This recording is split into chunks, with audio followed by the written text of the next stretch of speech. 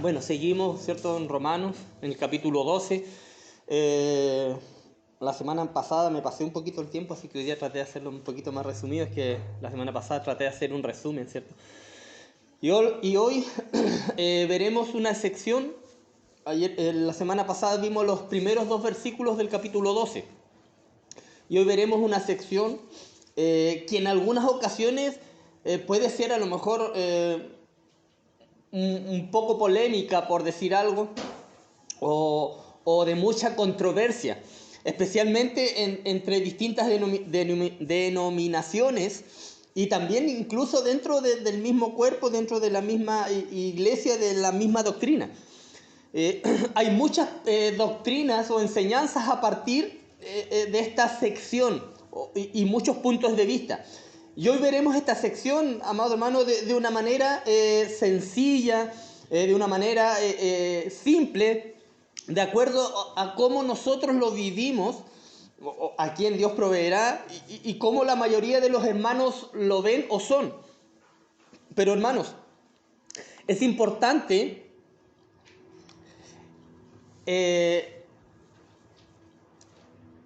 entender, digamos, y por lo mismo hay que hacerlo con cuidado, a lo mejor sin ofender a nadie y sin imponer tampoco. Yo no quiero imponer una postura como una verdad bíblica. Lo importante es recordar el contexto de la carta, ¿cierto? Bueno, Pablo escribe esta carta, pero no empieza la carta aquí en el capítulo 12.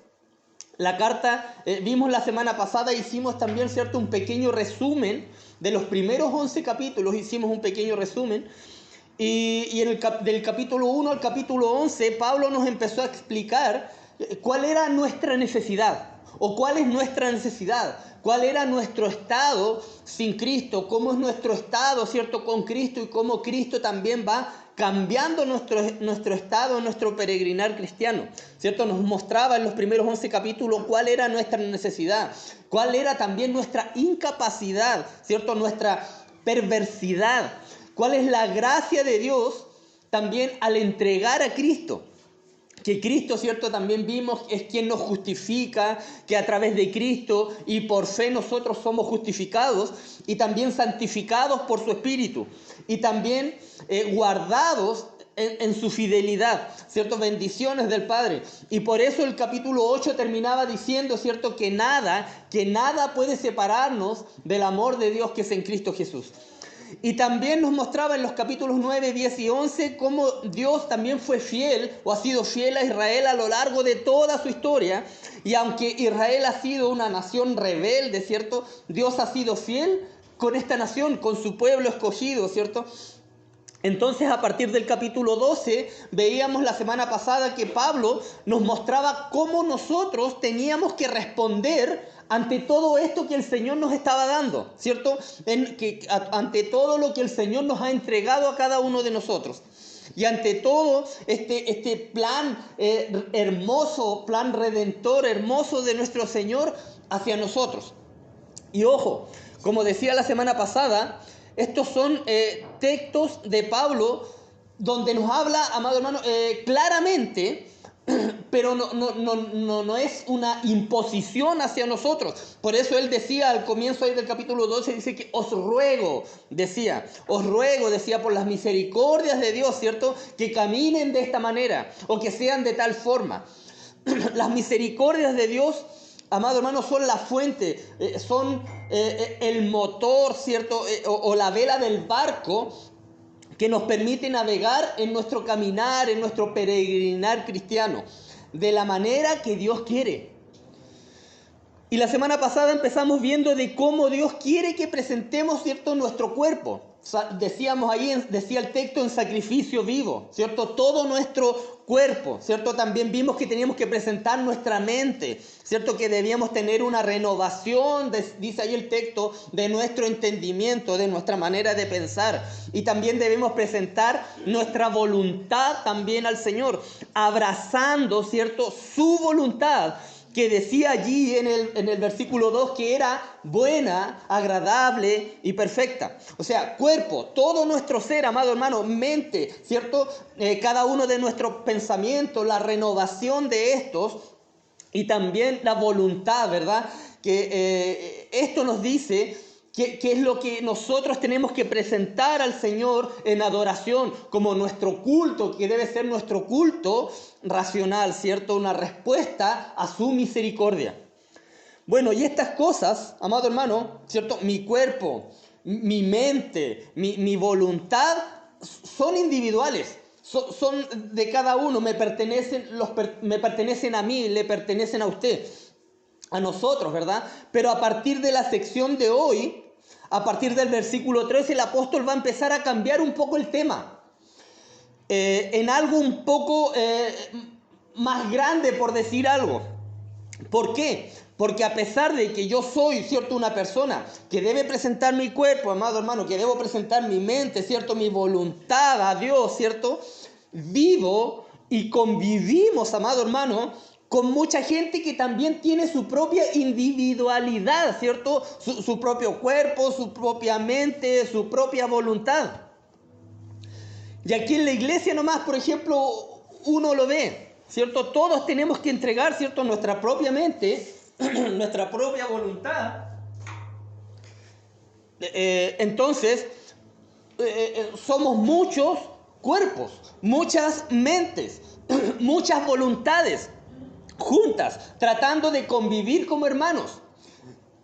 Y hay que reconocer, amado hermano, que la cosa no necesariamente es fácil.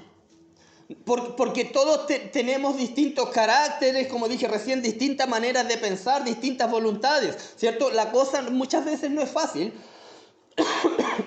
ni en la iglesia, y menos fuera de la iglesia. Entonces el apóstol Pablo, después de decir que debemos ser individualmente, va a empezar a dirigirnos nuestras vidas como miembros de la iglesia de Cristo que somos. ¿Y por qué miembros? Porque Pablo también dice en esta sección, ¿cierto?, que somos miembros de un mismo cuerpo, ¿eh? Donde Cristo es la cabeza y el resto del cuerpo somos nosotros, la iglesia. Entonces, los versículos del 3 al 8 dicen del capítulo 12: digo, pues, por la gracia que me es dada, a cada cual que está entre vosotros, que no tenga más alto concepto de sí que el que debe tener, sino que piense de sí con cordura, conforme a la medida de fe que Dios repartió a cada uno.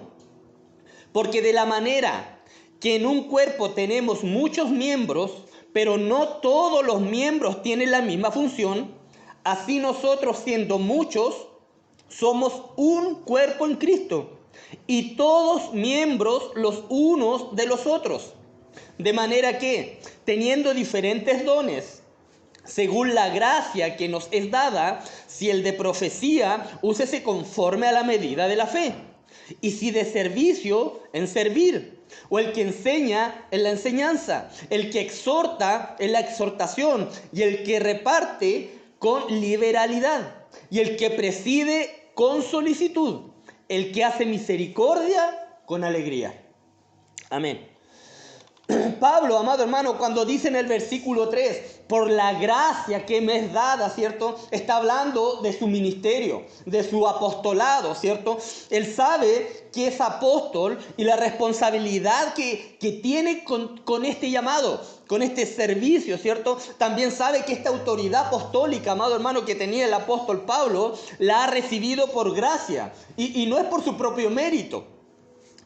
Él no quiso ser apóstol, ¿cierto? Dios, dice, lo llamó a ser apóstol. De hecho, muchas de sus cartas comienzan así. La misma carta de Romanos empieza Pablo, ¿cierto?, siervo de Jesucristo, llamado a ser apóstol, apartado para el evangelio de Dios. Él no quiso ser apóstol, él por gracia, ¿cierto?, fue llamado por nuestro Señor para ser apóstol. En otras dice Pablo por mandato de Dios, ¿cierto?, también a ser apóstol. Entonces él sabe que esta autoridad entregada que él tiene, ¿cierto?, a cargo, por decir algo, es por gracia de Dios. Es por la gracia de Dios. Él menos que nadie, amado hermano, en aquella época la merecía o lo merecía esto. Ya que él era, todos sabemos que él era, Pablo, un perseguidor de la iglesia, amado hermano, un asesino de los cristianos de aquella época. Sabe Pablo, y lo tiene muy claro, que es por gracia, porque él no se merecía eso, ¿cierto? Pero por esa gracia Pablo tiene también esa autoridad.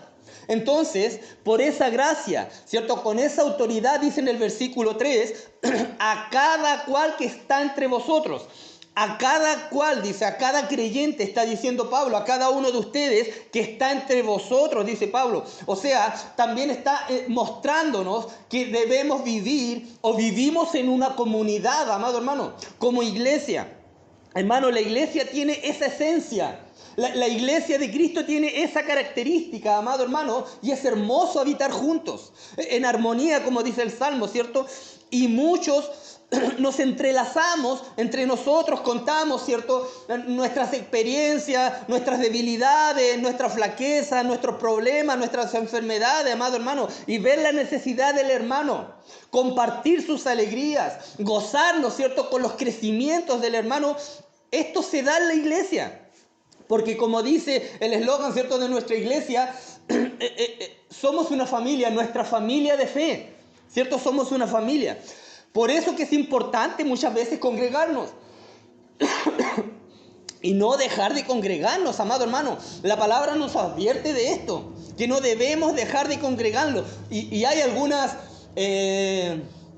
modas, por decir algo, modas, personas que dicen: yo soy cristiano, pero no me congrego. No voy a ninguna iglesia, pero soy cristiano. ¿Por qué? Porque no es necesario. Si lo importante es la relación a lo mejor que yo tenga con mi Dios.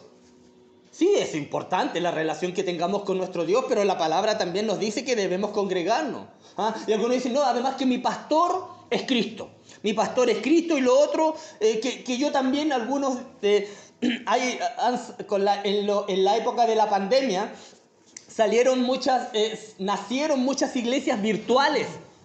Y además, dicen algunos: yo me congrego en una iglesia virtual, online, en una iglesia que está en México, en España, qué sé yo, por dar un ejemplo. Además, yo me congrego ahí. Hermano, eso no es congregarse. Ojo, en forma online o virtual no es congregarse.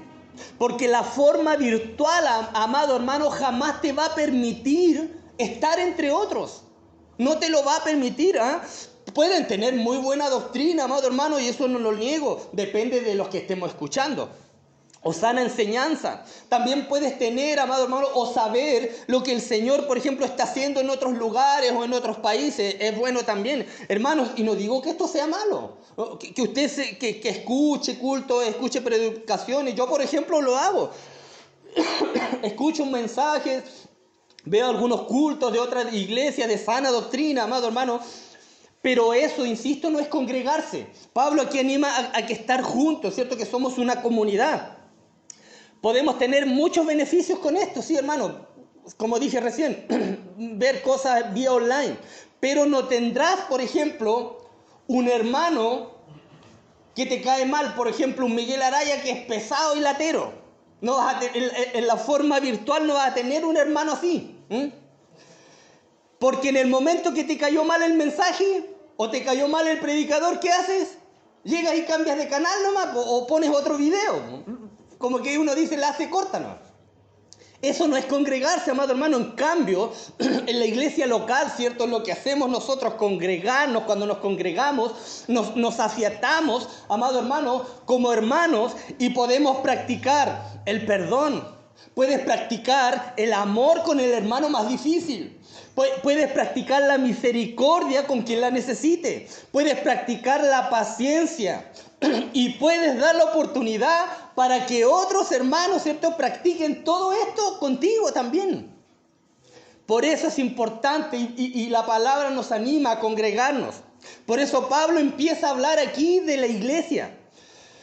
Y una vez que entendemos que estamos entre otros, amado hermano, en una comunidad y que no somos solo nosotros, yo solo, lo primero que necesitamos, dice el texto, es una evaluación honesta. Dice que no tenga más alto concepto de sí que el que debe tener, sino que piense de sí con cordura, conforme a la medida de fe que Dios repartió a cada uno. Pablo dice que no nos consideremos nuestra estima, ¿cierto?, más alta de lo que debemos tener. Piensa de ti con cordura, dice Pablo, o sea, de manera lógica, razona. Hermanos, no caigamos en este error. Podemos caer en este error, somos propensos a caer en este error porque podemos llegar a pensar que todos nuestros hermanos están en error y yo no. Por tener una muy alta estima de uno mismo. Y esto es tener un alto concepto de sí mismo. Ver al resto de la iglesia como que está equivocada y yo no. Y al final nunca vamos a tener una tranquilidad, amado hermano, en nuestro corazón, una verdadera comunión con Dios y no nos vamos a sentir cómodos nunca. El versículo decía que no tenga más alto concepto de sí que el que debe tener, sino que piense de sí con cordura conforme a la medida de fe que Dios repartió a cada uno. El versículo nos está diciendo, que en cierto modo debemos, amado hermano, evaluarlos y medirnos conforme a la medida de fe que Dios repartió a cada uno. Yo tengo 2 libros de estudio del libro de Romanos donde saco información para mi clase. Aparte también busco comentarios bíblicos siempre y escucho predicaciones antes de preparar mi estudio o cuando me toca predicar. Y buscaba qué significa esto, conforme a la medida de fe. ¿Cierto? Lo que venía en mi mente, uno cuando habla de medida, al tiro piensa en una wincha, medir a lo mejor lo que estoy haciendo, cómo lo estoy haciendo, no sé. Y buscaba qué significaba eso. Y lo que encontré es que primero, no está hablando aquí de la fe salvadora, ¿cierto? De que los creyentes ya han ejercido.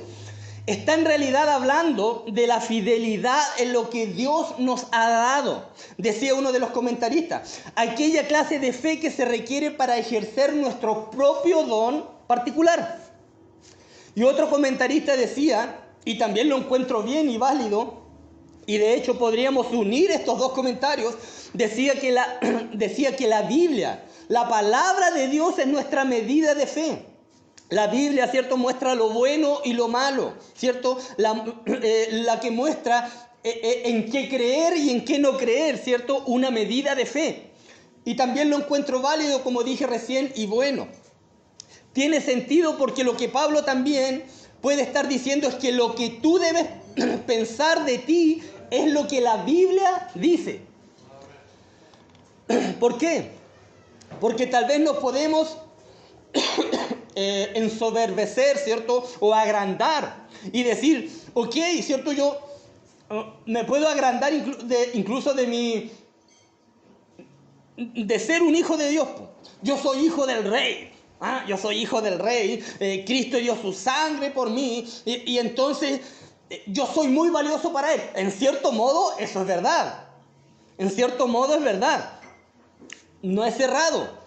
Pero la palabra también dice ahí en 1 Corintios, capítulo 1, que lo necio del mundo, amado hermano, escogió Dios. Nosotros.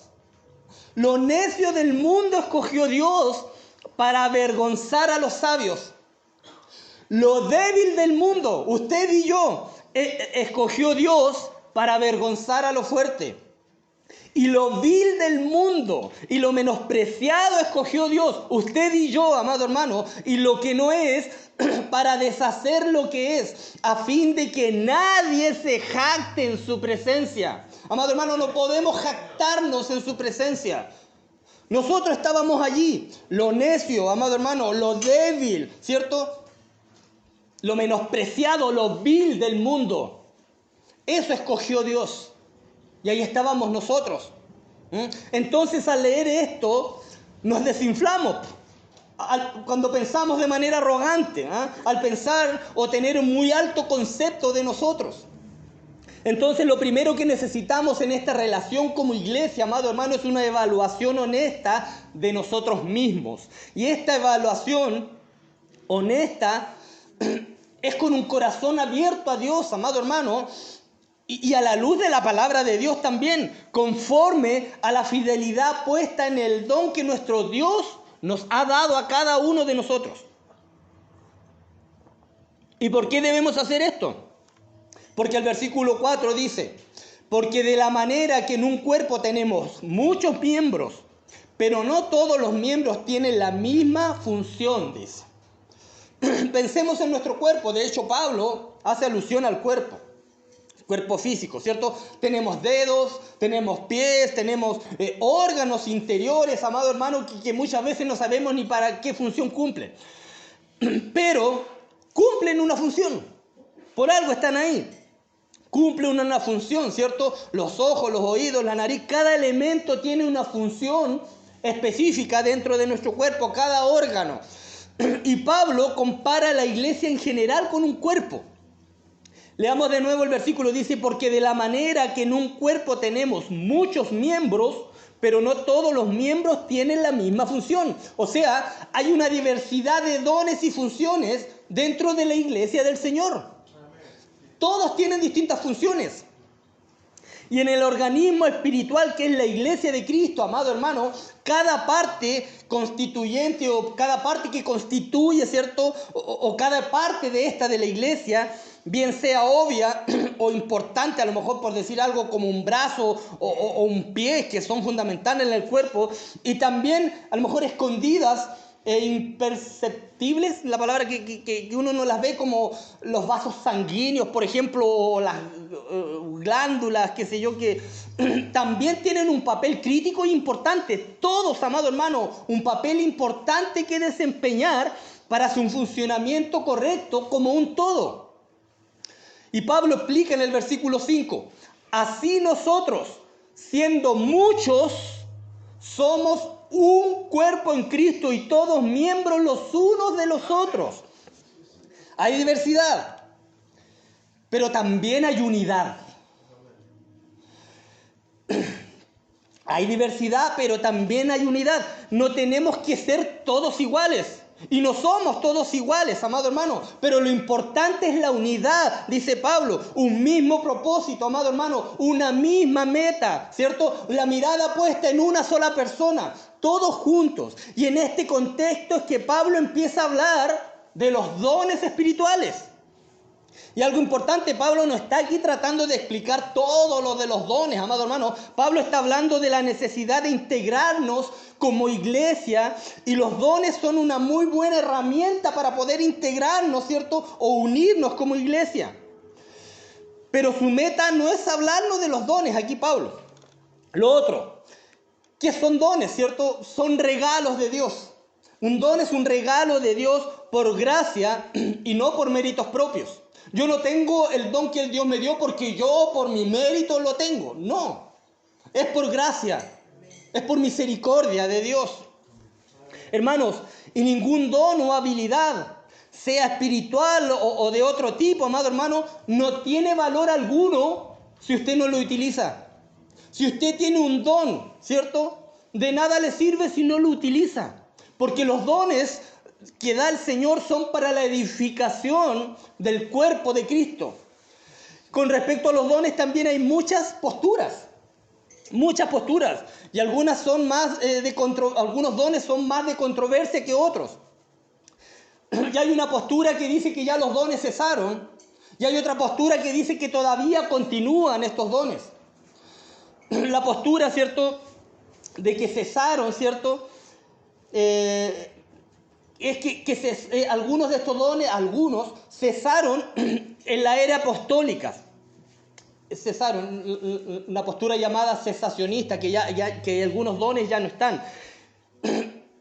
Y como dije al comienzo, amado hermano, yo no quiero imponer una postura, pero esa es mi postura. Que hay algunos dones que han cesado. Por ejemplo, los más de controversia, por dar un ejemplo, porque son mal interpretados. Por ejemplo, el de profecía, o la capacidad de tener un don de de sanidades, que la persona es la que sana a otra persona, que un don dado por Dios, o el don de lenguas, por dar un ejemplo, es mi postura, pero no la quiero imponer como una verdad bíblica porque no es así. Puedo estar también equivocado, son posturas. Puede ser también que el que tiene, por ejemplo, hablando del don de profecía, el primer don que se los nombra aquí, el don de profecía, que es la capacidad de hablar, ¿cierto?, delante de Dios. Ese es el don de profecía. Y hoy en día podría ser predicar, podría ser anunciar la palabra de Dios, porque cuando predico estoy hablando de parte de Dios. No es mi mensaje, sino es el mensaje de Dios. Y podría profecía, ¿cierto?, llevarse a ese punto hoy en día. Puede ser también que el que tiene el don de profecía, ¿cierto?, en la calle o en alguna conversación, ¿cierto?, te habla de parte de Dios. Y es como un testimonio, ¿cierto?, testificar de Él. Me acuerdo una vez estábamos trabajando ahí en Rahue Alto y fuimos a ver arriba la Rey de Gloria, parece que se llamaba esa misión arriba, en Chacarillas con Yumbel, y fuimos con los suegros del pastor. Y mientras los bajábamos del vehículo y mientras yo abría la reja, el suegro del pastor ya estaba en la esquina, amado hermano, predicándole a 2 personas. Ese también puede ser y el don de profecía, ¿cierto? Y testificar, hablar la palabra de Dios. Él no perdía el tiempo. Yo todavía no abría ni el portón y él ya estaba ahí en la esquina evangelizando a 2 que estaban parados ahí. Puede ser también eso, ¿cierto? Y Pablo dice que este don de profecía debe usarse, amado hermano, dice, conforme a la medida de la fe. ¿Y qué comentamos? Que era la medida de fe recién, ¿cierto? La palabra. Y también lo que Dios individualmente asignó a cada uno de nosotros en forma individual, ¿cierto? Nuestro don. Entonces, si vemos como nuestra medida de fe la palabra, amado hermano, no hay profecía que no esté en la palabra. Hermanos, la profecía no es decir el futuro. No es saber tampoco el futuro, amado hermano. Puede involucrarla en el sentido de la escatología en la Biblia, ¿cierto? Pero no es una especie de adivinación, ojo con eso. Y este don es muy mal usado muchas veces en las iglesias, en las congregaciones, amado hermano. Parece que una vez ya había contado esto con mi esposa cuando estaba embarazada de Mateito, que partió a la presencia del Señor, el Señor se lo llevó. Una mujer, una supuesta profeta, llegó y se acercó de mi esposa y le tocó la guata y empezó a profetizar. El Señor me está diciendo en esta hora, chiquillos, que Él va a ser un gran predicador, un siervo de Dios, va a predicar la palabra y multitudes van a conocer al Señor. Y mi hijo no alcanzó a ver la luz del día. Y a ella la tenían en alta, como en un rango superior en esa iglesia. Ojo con esto, amado hermano. Hay que tener mucho ojo con esto. La verdadera profecía sucede al abrir, amado hermano, las escrituras. Y siempre, amado hermano, siempre es bíblico. Siempre. Es la profecía, ¿cierto? La palabra profética, la palabra más segura, amado hermano. Tiene olor, sabor, amado hermano, de la palabra. El resto para mí, como digo, es adivinación y el Señor lo aborrece. El don de profecía es el don de ser vocero público de Dios, amado hermano, de manera primordial para que el pueblo de Dios mismo, amado hermano, y a fin de instruir, como dice Timoteo, 2 Timoteo, instruir, corregir, ¿cierto? Reprender, consolar también, amado hermano, animar. Vuelvo a dejar claro, hermanos, mi postura, esa es mi postura. Si usted tiene otra postura, no significa que usted por pensar de otra manera no sea salvo. No, eso no es así. El versículo 7 nos dice que otro don es el don de servicio. Hermanos, si la profecía, ¿cierto?, declara la verdad, el don de servicio demuestra esa verdad. En algunas iglesias o en algunas denominaciones, el que tiene el don de servicio de repente es mal valorado, amado hermano, o lo tienen como que, el don de servicio. Es muy mal valorado. En algunas doctrinas, ¿cierto? El de profecía, por ejemplo, es de alta posición, pero el de servicio como que está ahí abajo. Pero sepa, hermano, que Dios no hace, amado hermano, valores o rangos con los dones que Él mismo nos dio a cada uno. Son todos iguales y todos útiles para el cuerpo de Cristo. Hermanos, hay personas que tienen el don de servir y son realmente esenciales, amado hermano, y valiosos dentro de la congregación. Muy valiosos, amado hermano. Es el anhelo, este don es el anhelo de atender las necesidades del cuerpo, de la iglesia, de los hermanos, amado hermano, de la comunidad. Y hay hermanos aquí que tienen ese don muy marcado. Hermanos que siempre, amado hermano, siempre están atentos a las necesidades del resto de los hermanos. Hermanos que vienen también, por ejemplo, a limpiar aquí como el Dani, por ejemplo, hermanas que cuando hay algún evento, amado hermano, algún matrimonio, qué sé yo, casamiento, cumpleaños, siempre están dispuestas a servir, a cocinar, a limpiar, a lavar la loza, a ordenar, a servir las mesas, hermanos dispuestos a servir mesas que muchas veces, a veces uno dice, pero servir mesas, amado hermano, es importante.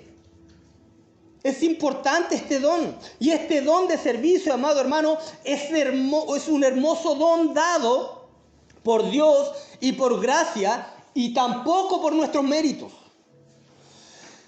El don de servicio es sencillo y directo, amado hermano, pero bastante amplio en su aplicación. Abarca muchas cosas. Este don es espiritual porque ¿qué ocurre cuando alguien tiene el don de servicio?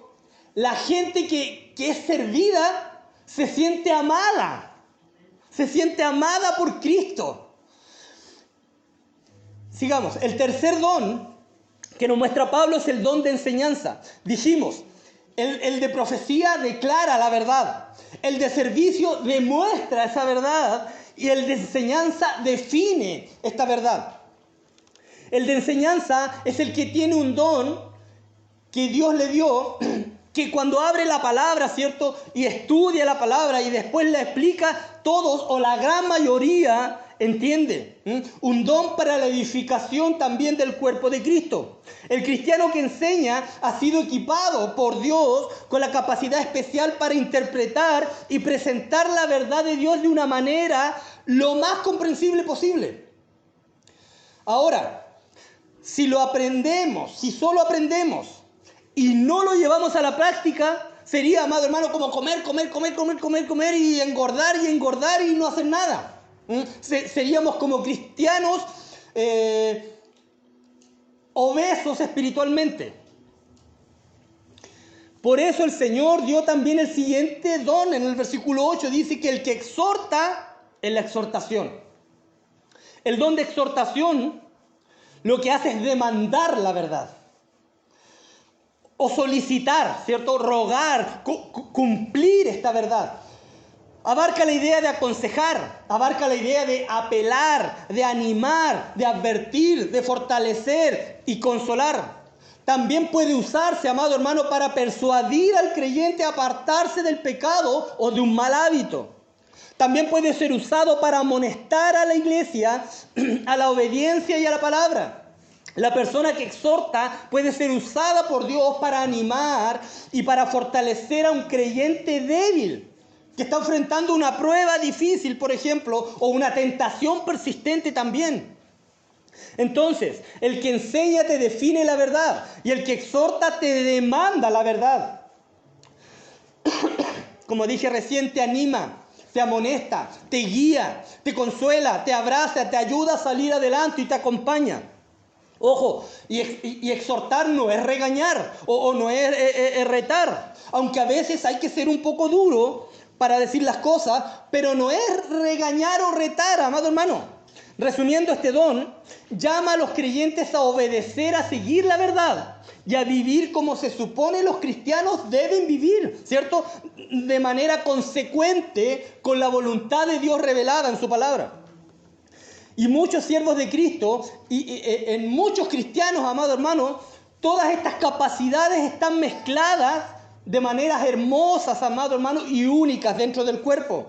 Es precioso este don para quien lo tiene, hermano. Porque no es fácil llegar a una persona. No es fácil llegar a una persona que está pasando por un proceso difícil. No es fácil llegar a una persona que está alejada, tal vez. O no es fácil llegar a una persona que está pasando un proceso de tristeza muy fuerte. No es fácil, hay que tener el don. Hermanos, todos sin excepción necesitamos en algún momento de este don de exhortación, ¿cierto? Para que nos llamen, para que nos anime, para que nos consuele, para que nos levante, nos empuje cuando estamos flaqueando, amado hermano, cuando estamos a punto de caer, cuando estamos pasando por pruebas, amado hermano, que nos ayude, para que nos ayuden a levantarnos, amado hermano, cuando estamos tirados en el piso. Es importantísimo este don. Después dice que está el don del que reparte, lo haga con liberalidad. La persona que ejerce este don reparte lo que tiene como un sacrificio personal. Este don habla de la idea de tener una actitud generosa, amado hermano, que da, ¿cierto?, con sinceridad y de todo corazón. Sin mancha alguna de fingimiento, amado hermano, o dobles intenciones. El cristiano que reparte con liberalidad da de sí no para sí mismo, no para que sea alabado, o para que sea agradecido, o para que sea enaltecido, o para recibir reconocimiento, sino por amor de aquel que recibe su ayuda y para la gloria del Señor. El otro don dice presidir. Dice el que preside con solicitud. Este don lo que hace, amado hermano, es dirigir al cuerpo. Tiene un significado básico de estar parado enfrente, al pie, delante de otros. Es alguien que puede organizar el cuerpo. Y el que hace esto dice que tiene que hacerlo con solicitud, dice, el que preside con solicitud, ¿cierto? O sea, con diligencia, amado hermano, con celo también. Y transmite una idea de prontitud. No para mañana, prontitud. Y el último don dice, el que hace misericordia con alegría. Tener misericordia, amado hermano, es dolerte con el dolor del otro. El cristiano con este don ha sido facultado por Dios con una sensibilidad especial al sufrimiento, por decir algo, y a la tristeza. Tiene la capacidad de percatarse, amado hermano. Y hay hermanos que tienen esta capacidad, sí. La capacidad de percatarse de la miseria y de la angustia y de las dificultades que pasan desapercibidas muchas veces para otros. Y cuenta con el deseo, ¿cierto?, de contribuir hacia esa persona al alivio efectivo de ella. Y este don no debe ministrarse, amado hermano, con titubeos o por mero deber que tengo que cumplirlo, sino, dice el texto, con alegría, ¿cierto? La manera de amar de esta persona fluye por este canal, por este don. Todos los creyentes, hermanos, por lo menos uno de estos dones tenemos. Algunos tendrán más de uno, pero por lo menos tenemos uno. Y si usted no sabe todavía cuál es su don, tiene que descubrirlo. Ver qué es lo que más le llama la atención. Si usted ve que viene, por ejemplo, la Antonella, viene con algo de allá, un vaso, y se tropieza y cae al piso, por ejemplo, y se quiebra el vaso. Si en su mente usted dice, al tiro como que pararse y buscar un paño, puede ser el don de servicio. Si usted dice, oye, Antonella, consuelo, el don de, a lo mejor de mostrar misericordia. Si usted dice, Antonella, tú tienes que caminar con cuidado porque el piso está medio... el don de enseñanza. Descubra su don. ¿Cuál es su don? ¿Qué es lo que le llama la atención? Hermanos, nadie tiene excusa para servir. Nadie tiene excusa para servir. Si usted ha sido sellado por el Espíritu Santo de la promesa, usted tiene un don, amado hermano. Tal vez le falta solo descubrirlo. Amén. Oremos. Padre Santo, te alabamos, Señor, y te honramos en esta hora y te damos gracias por tu palabra, Señor amado. Ayúdanos, Señor, a servirte como tú quieres que te sirvamos, Dios bendito. Sabemos que hay diversidad de dones, Señor, y agradecemos, Señor, por tu cuerpo, por esta iglesia, Señor. Que hay muchos dones hermosos, amado hermano, amado Señor. Cuando preparaba el mensaje veía muchos hermanos con estos dones. Y me gozaba, Dios bendito. Porque yo también he estado, Señor, en necesidad y he sentido el abrazo, Señor, de los hermanos. Transmitiendo eso que tú le has dado. Te alabamos por ello, Dios bendito. Entregamos este día, esta clase de escuela dominical en tus manos, Señor. En el nombre de Jesús, amén. Amén.